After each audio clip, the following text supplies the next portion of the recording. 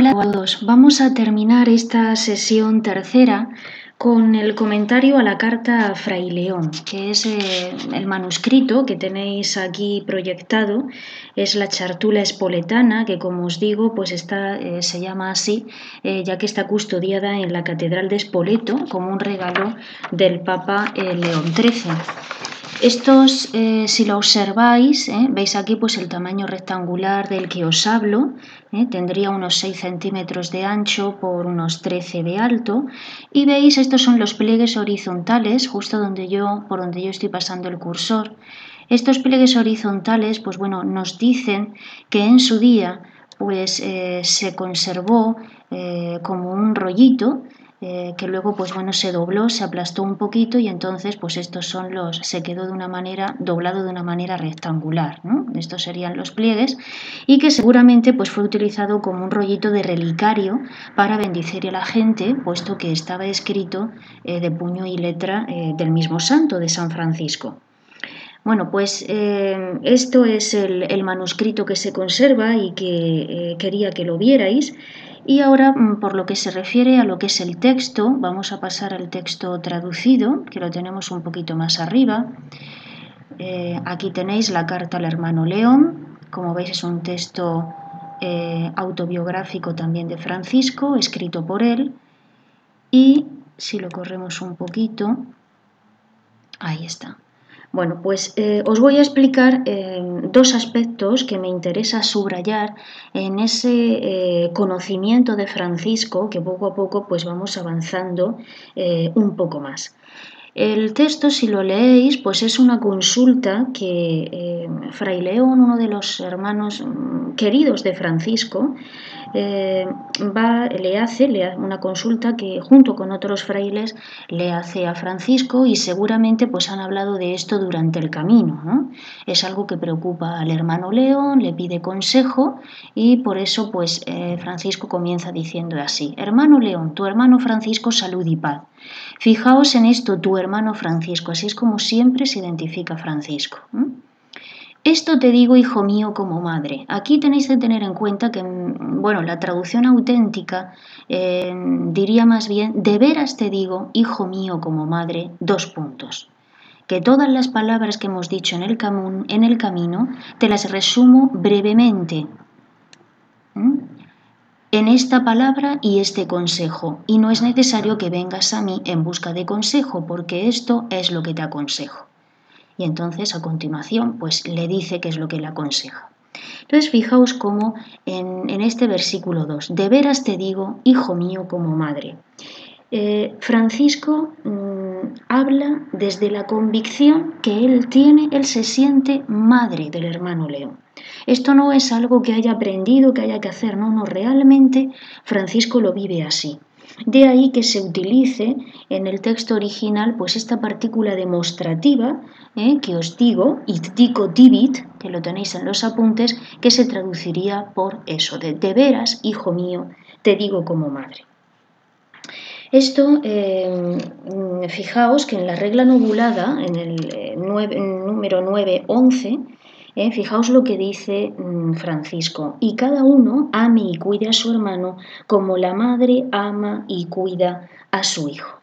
Este es el amor fraterno, el afecto fraterno, el amor recíproco que debe de haber entre los hermanos y la relación que debe de haber entre ellos, unos con otros y de estos con los superiores y los superiores hacia los hermanos, pues debe de ser el de una madre y un hijo, y a su vez el del hijo con una madre. Porque, como dirá Francisco en la segunda carta a los fieles, ya que somos esposos, hermanos y madres de nuestro Señor Jesucristo.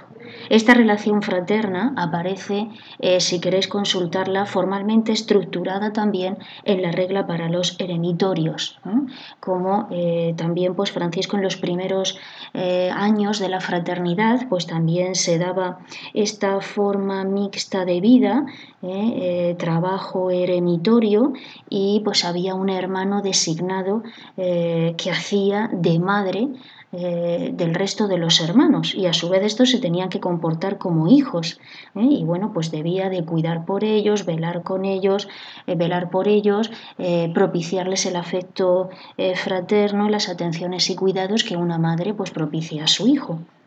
Entonces, esto es el ideal de Francisco, y esto es otro elemento identificativo del carisma franciscano, el afecto fraterno. Y luego, por otro lado, pues si seguimos leyendo, fijaos cuál es el consejo que Francisco le dice al hermano. Dice, que hagáis con la bendición del Señor Dios, fijaos que hagáis, está en plural, luego es el hermano León con unos cuantos frailes más los que le hacen la pregunta. Bueno, pues continúo, con la bendición del Señor Dios y mi obediencia, lo que mejor te parezca para agradar al Señor Dios y seguir sus huellas y pobreza. Bueno, pues aquí tenemos también algo muy importante, y es que llegamos a un punto en el que confluyen la libertad de espíritu y la obediencia. Es decir, a pesar de que Francisco quiere inculcar a sus hermanos el mandamiento de seguimiento a Cristo en pobreza, pues queda un margen para el discernimiento de espíritu. Y esto lo tenemos aquí cuando dice lo que mejor te parezca para agradar al Señor Dios y seguir sus huellas y pobreza. Esto, es decir, lo que quiere decir es lo siguiente, que si se obedece, que se obedezca en libertad y con una libertad responsable.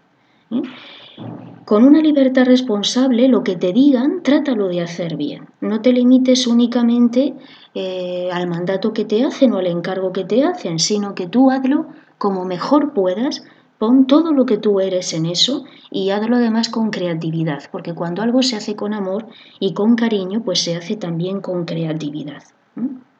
Y luego, pues para esto, pues tanto vale para la vida religiosa como para cualquier cristiano.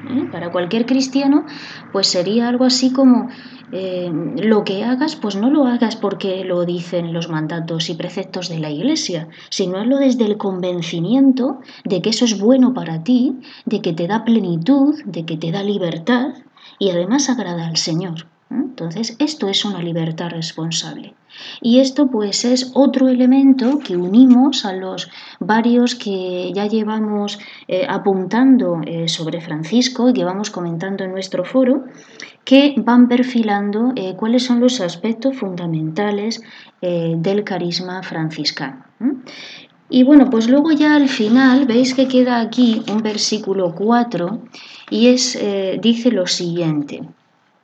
Y si es necesario para tu alma, por ser para ti un consuelo, y quieres venir a mí, ven. Bueno, ¿qué es lo que ocurre aquí?